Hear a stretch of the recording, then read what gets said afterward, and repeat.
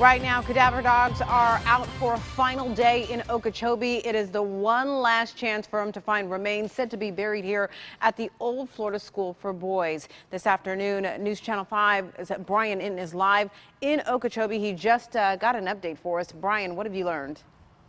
Holly, just within the last 2 minutes, we have learned that the cadaver dogs out here have finished their 3-day search. They just packed up and they are going to have a briefing off-site. Investigators will not tell us whether or not they found any human remains today in those final hours of the 3-day search. Let's go to the video from a little while ago and you can see those dogs in action today. There, of course, is the possibility that in these final hours, the dogs did alert to some kind of bones, but at this point indications so far are that that likely will not happen. The former students who have been out here obviously waiting anxiously, telling me today that they are starting to lose hope. They say that they're not even sure that cadaver dogs were really the right tools to use to find these possibility of old bones. Listen to what one of them just told me.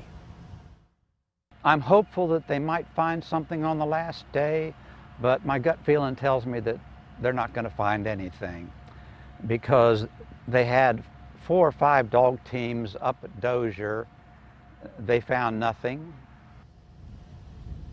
To give you an idea of what some of these areas look like, we've talked about an old dairy barn. This is what that dairy barn looks like now. This is one of the rumored areas where there could possibly be remains. It is completely collapsed, and it shows you just how hard it is for the dogs to get into these areas that have changed so much over 50 years. But again, the big headline right now, the search is finished. The dogs have packed up. They're going to have a briefing amongst themselves, and then they're telling us at about 2:30 they're going to have a press conference and tell us the final results of this 3-day cadaver search and where they go from here. We'll, of course, keep you updated.